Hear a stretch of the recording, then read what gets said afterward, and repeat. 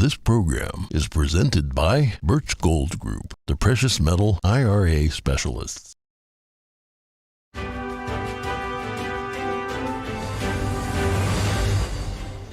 Good morning. In today's headlines, the pool of Republicans running for president just got a little more crowded. Biotech businessman Vivek Ramaswamy announced his candidacy. The Mormon Church found itself under fire recently. This after allegations it used 13 shell companies to hide a huge investment fund worth $32 billion. A federal jury finds Mexico's former security minister guilty on drug trafficking charges. Prosecutors say he took millions of dollars in bribes from drug cartels. A new rule from the Biden administration for the southern border. It's meant to reduce illegal entries that are expected to surge after Title 42 ends. And how often do random moments lead to monumental changes in people's lives? Find out how a flat tire leads to a lost wallet and a new friendship.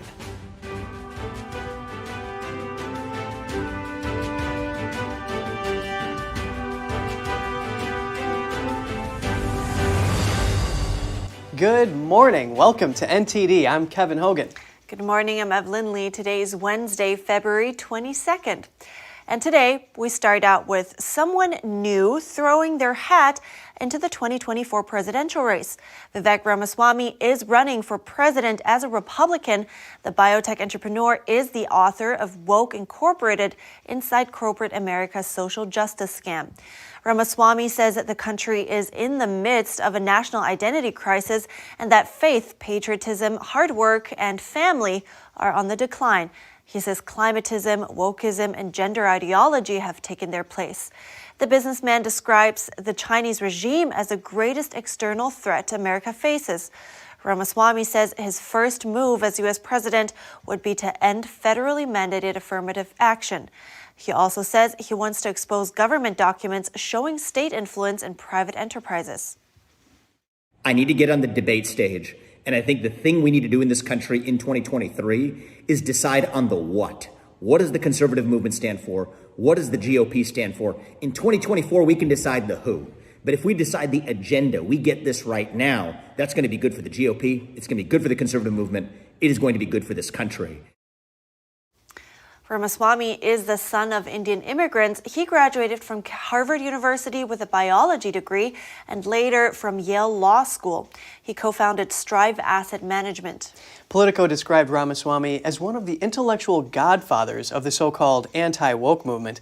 The entrepreneur criticized what he called the Great Reset, describing it as the merging of state power with corporate power to create the modern form of fascism.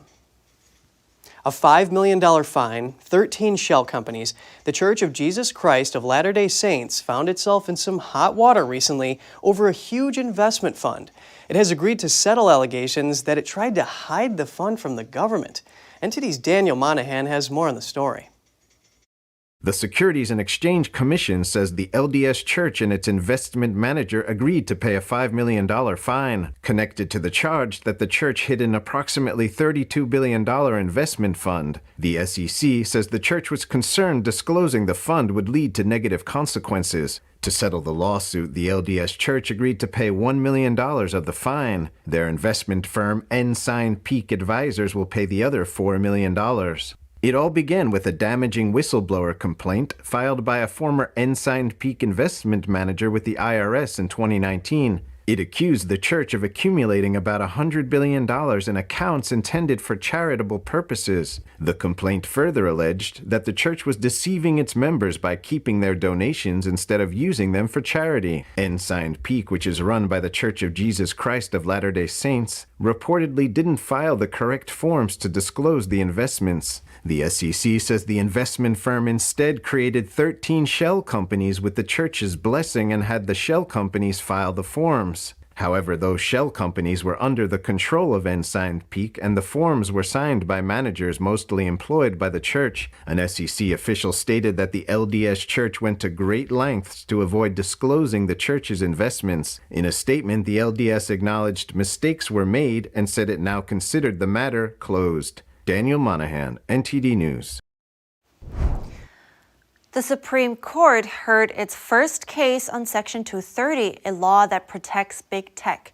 The decision on the case could create major changes across the internet. NTD's Jason Perry has the story.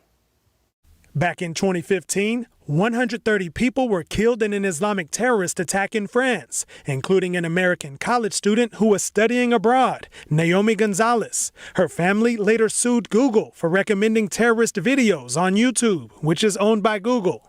Their lawsuit claims YouTube video recommendations helped spread the Islamic State's message and recruit terrorists. But a lower court dismissed the case, saying Google was protected by Section 230. The law protects tech companies from being responsible for content posted by third parties. The Supreme Court has now taken up that case. This is the first time the highest court has examined the scope of Section 230. Justice Elena Kagan commented. Every other industry has to internalize the costs of its conduct. Why is it that the tech industry gets a pass? A little bit unclear. On the other hand, we're a court. We really don't know about these things. These are not like the 9 greatest experts on the internet. The attorney for Google, Lisa Blatt, said the algorithm YouTube uses for recommendations is neutral. And Justice Neil Gorsuch added this. Another problem also is that it begs the question what a neutral rule is. Is an algorithm always neutral? Don't many of them seek to profit maximize or promote their own products? Some might even prefer one point of view over another. New York City Mayor Eric Adams also commented on big tech's algorithms. Some of these things we're calling our young people to do, how to define in themselves, depression, teaching suicide. This stuff is just how to make a gun. And then they act like they're not doing anything wrong. They know their algorithms. They know who they're going after. They know what they're seeking. And then when you look at what happened in Buffalo with the Buffalo shooter, he was radicalized on social media. Social media is impacting our lives, and they're robbing our children of their innocence. And I just believe on a national level that I think the national government must come in and say, what is the corporate responsibility of social media? Some justices also said it should be up to Congress to make changes to Section 230. The Supreme Court is scheduled to hear another case about the issue on Wednesday, this time involving another Islamic terrorist attack in Istanbul, Turkey. The court's rulings are expected by early summer. Jason Perry, NTD News. A U.S. jury convicted Mexico's former security minister yesterday. He was found guilty on 5 charges related to drug trafficking. Prosecutors say he took millions of dollars in bribes from the cartels he was supposed to be fighting. NTD's Jeremy Sandberg has more on the verdict. Federal prosecutors in New York say Genaro Garcia Luna accepted bribes from the Sinaloa cartel, once run by Joaquin El Chapo Guzman. They accused him of taking massive amounts of money in exchange for impunity, safe passage for drug shipments, and tip-offs about upcoming law enforcement operations. The jury found him guilty on 5 charges, including participation in a criminal organization, making false statements to U.S. immigration officials, and conspiracy to obtain, import, and distribute thousands of pounds of cocaine in the U.S. 54-year-old Luna is one of the highest-ranking Mexican officials ever accused of ties to drug trafficking. He led Mexico's Federal Investigation Agency from 2001 to 2005 and was Public Security Minister, his country's equivalent of the FBI Director, for 6 years until 2012. Jurors heard from 6 convicted cartel members during the 4-week trial. Luna's lawyers claimed the charges were based on lies from violent criminals seeking revenge on the man that arrested them, who wanted to lower their U.S. prison sentences by helping prosecutors. Luna moved to the U.S. after leaving office and was arrested in Texas in 2019. The former official pleaded not guilty to all charges and can appeal the ruling. His sentencing will be announced on June 27th. Jeremy Sandberg, NTD News. The Biden administration laid out a new rule for the southern border yesterday. It's their plan to quell illegal entries, which are expected to surge after Title 42 ends. The rule has already met with backlash from some Democrats, and it could pose a political challenge for Biden moving forward. Here's NTD's Melina Weisskopf. Illegal crossings at the southwest border have shattered records over the past 2 years. 200,000 a month. In December, we had 250,000 in a single month. Think of 4 Super Bowl stadiums filled coming through that border every month. 4 Super Bowl stadiums. A surge that the Biden administration expects to worsen after Title 42 ends in just a few months. Now the DHS and DOJ have released a new temporary rule meant to reduce illegal entries. It would make migrants unable to claim asylum in the U.S. if they cross illegally. This could pose a political challenge for Biden if he decides to launch a 2024 presidential run. More than 70 Democrats on Capitol Hill have already disapproved as they anticipated this new rule last month. Now, anyone who tells you that the only way to secure our border is to punish asylum seekers is lying. It's why we are appalled to see President Biden replicate President Trump's immigration strategy. The Biden administration's new policies only make it more difficult for the most vulnerable to legally access the United States. We are confident that there is a better way forward. But the administration says their goal is to encourage migrants to avail themselves of lawful, safe, and orderly pathways into the United States, or otherwise seek asylum or other protection in countries through which they travel, thereby reducing reliance on human smuggling networks. The rule is set to take effect in May and will expire after 2 years. In addition, the administration is expanding the use of the CBP One app as a gateway for the asylum system. This has also gotten pushback, Democrat Senator Ed Markey writing in a statement that it raises troubling issues of inequitable access to and impermissible limits on asylum. The CBP One app allows non-citizens to schedule a time to arrive at ports of entry. They've changed rechanneling a little bit through the ports of entry now, so you might not see it like that, but rest assured, just as many people will be crossing through the ports of entry. This comes as lawmakers led by Judiciary Chairman Jim Jordan are headed to Yuma, Arizona later this week to hold a border security field hearing at the border. Reporting in Washington, D.C., Melina Weiskup, NTD News. Coming up, an explosion and large fire in Florida near Miami yesterday. Find out what's known so far about the blast that killed 2 people and injured 3 others. And from a candy beach to an iconic building in New York City, all things miniature can be seen at the Small is Beautiful exhibition. Those stories after the break.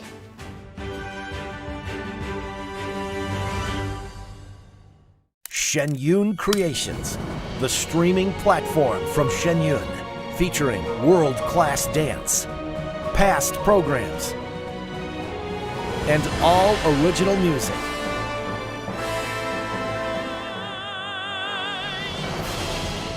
Masterclasses, behind the scenes, comedy, and more.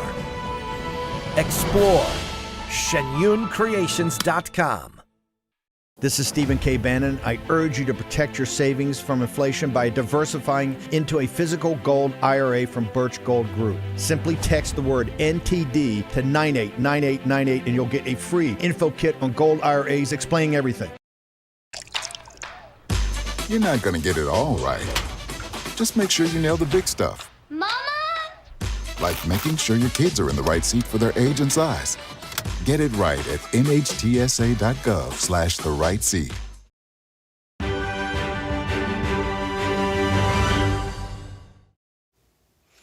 Welcome back. 2 people were killed and 3 others injured in an explosion and fire in Medley, Florida, near Miami yesterday. Police say it was semi-trucks and other vehicles that exploded and burned, but they're not yet sure what caused the combustion.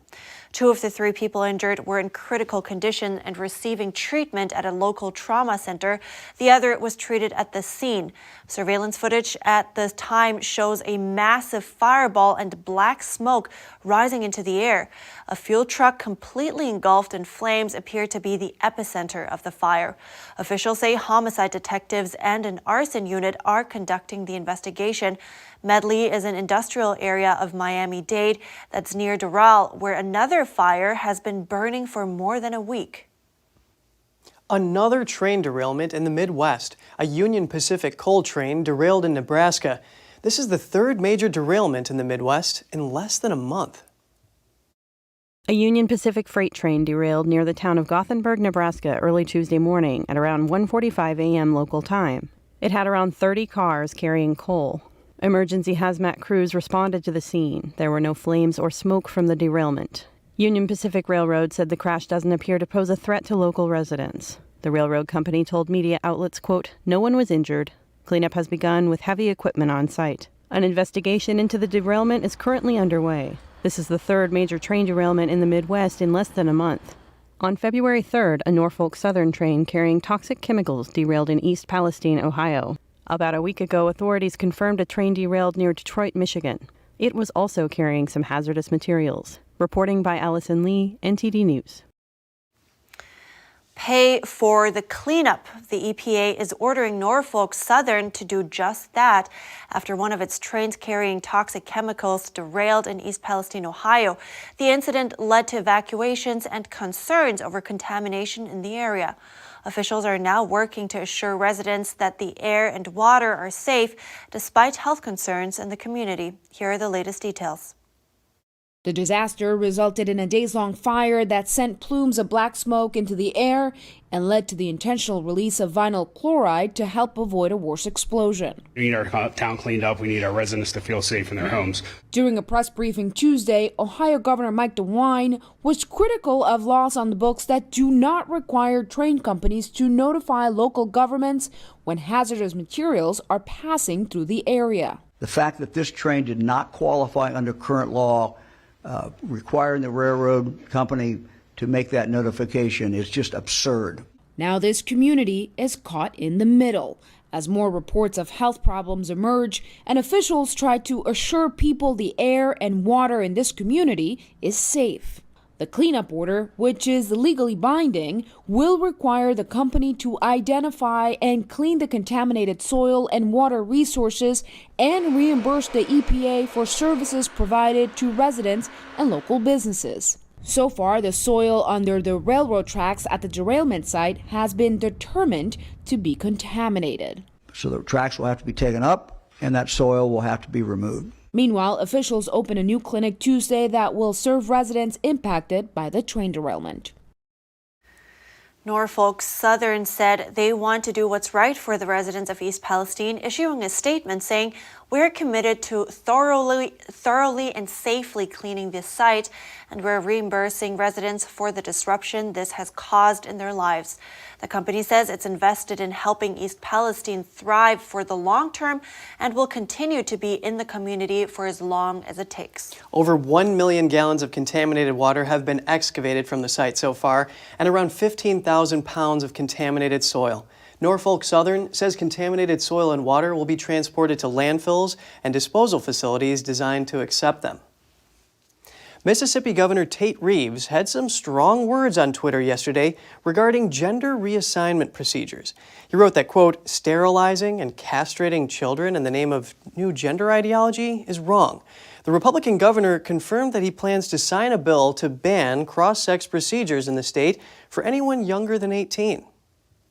The fact is that we set age restrictions on driving a car and on getting a tattoo. We don't let 11-year-olds enter an R-rated movie alone. Yet some would have us believe that we should push permanent body-altering surgeries on them at such a young age. Reeves added that Mississippi must do everything in its power to counter those who want to push what he called experiments on kids. House Bill 1125 won final approval Tuesday in the Republican-controlled Mississippi Senate. It will be sent in the coming days to Reeves, a Republican who is running for re-election. Reeves signed a law in 2021 to ban so-called transgender athletes from competing in girls' or women's sports. The Republican governor of Utah recently signed a ban on cross-sex procedures for minors into law. Judges have temporarily blocked similar laws in Arkansas and Alabama.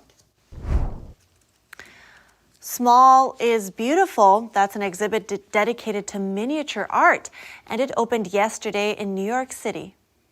It's amazing. It's amazing, yes. I feel like a kid. From mushroom painting to a candy beach, all things miniature can be seen at the exhibit. According to Fever, who is running the event, this is the biggest international exhibition entirely dedicated to miniature art. 130 plus pieces of miniature artwork are on display, made by 32 artists from around the world. Artists displayed various miniatures in different art forms such as sculpture, food, and even origami samurai. Small is Beautiful was initially created through social media, but the project manager of Fever said it should be seen in person. Honestly, you cannot appreciate the miniature art just through the phone or through a photo. You have to see it in real life, the details, the intricacies. That's why you need to immerse yourself in it. We offer people magnifying glasses and there's microscopes, and you could come see this exhibit 3 times and see new things each time you come through. With each new city they come to, they will create new pieces of art from local artists.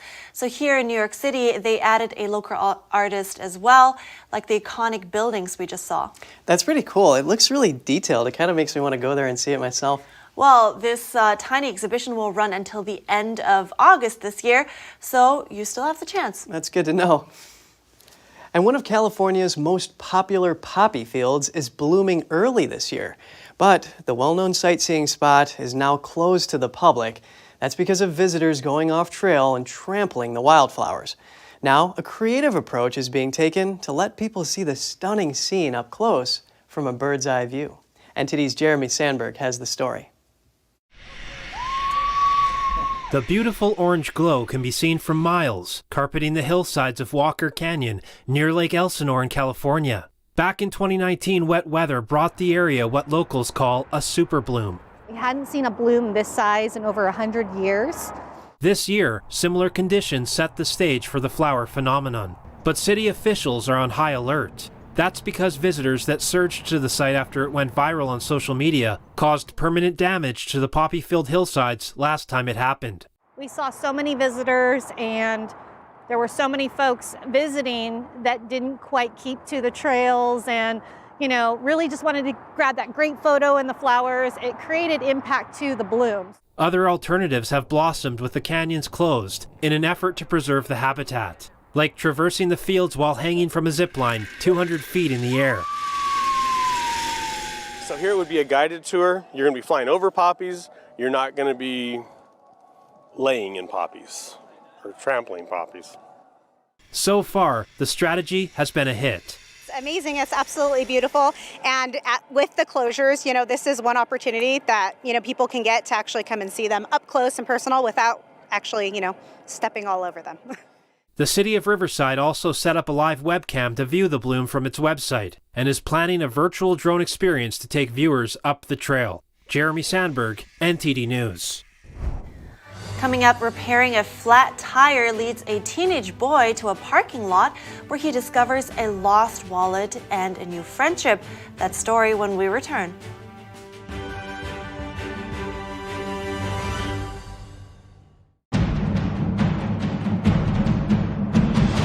A performance that truly matters for each and every one of us.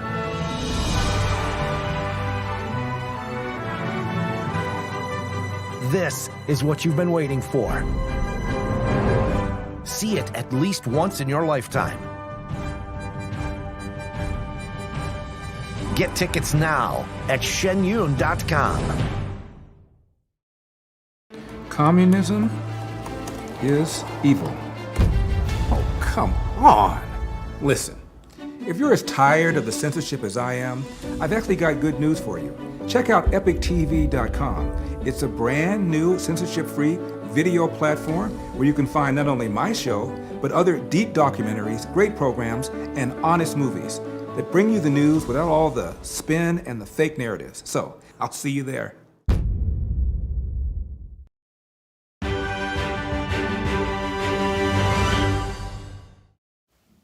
Welcome back. A window breaks, a washing machine gives out, a car has mechanical problems. People encounter these things on a daily basis.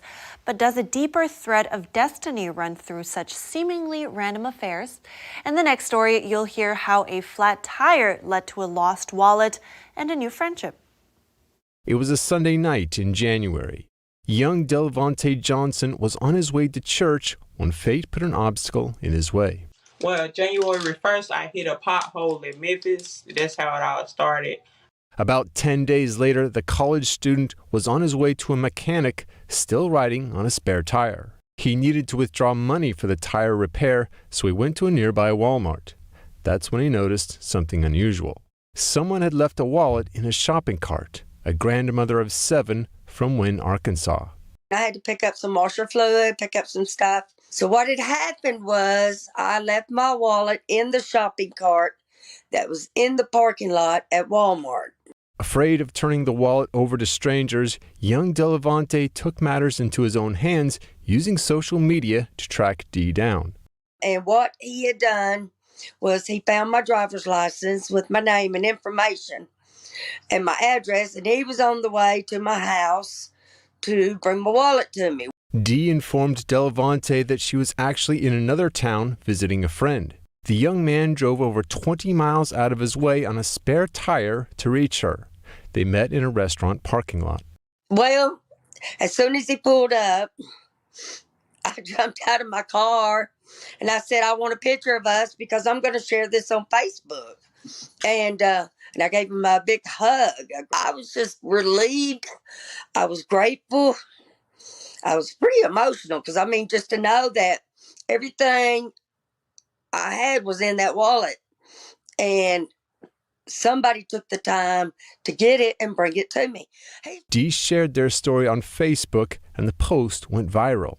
Dee says she wanted Delvante to be recognized for what he had done, and she wanted to share the goodness of God. He puts angels in our lives when we need them for a particular reason, and that's what he did in this case.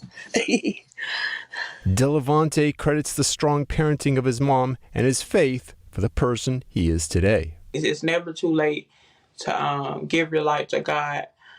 Like, you don't have to go to church to be a Christian. All you got to do is pray and, believe in God and put your trust in God. Since their meeting, the student and the grandmother have connected on Facebook and message each other to check in. Dee is grateful to Johnson for his integrity and to his mother, Rachel, for raising her 4 children by herself with a strong moral compass. The teen was equally moved by meeting Dee. What's something he learned from the situation? Yes, ma'am. My mom always told me, if you do good things will, fall back on you. Delvante says there's something else this seemingly random encounter brought him. A great friend in Miss Dee. That is such a heartwarming story, Evelyn, and it's so great to hear the two are keeping in touch. Right, and I mean, just another example that it always pays to do the right thing, right? Oh, yes, I agree. Yeah. All right, that's all for today's program. Write us at goodmorning@ntd.com if you have anything to share with us. Thanks for watching. I'm Evelyn Lee. And I'm Kevin Hogan.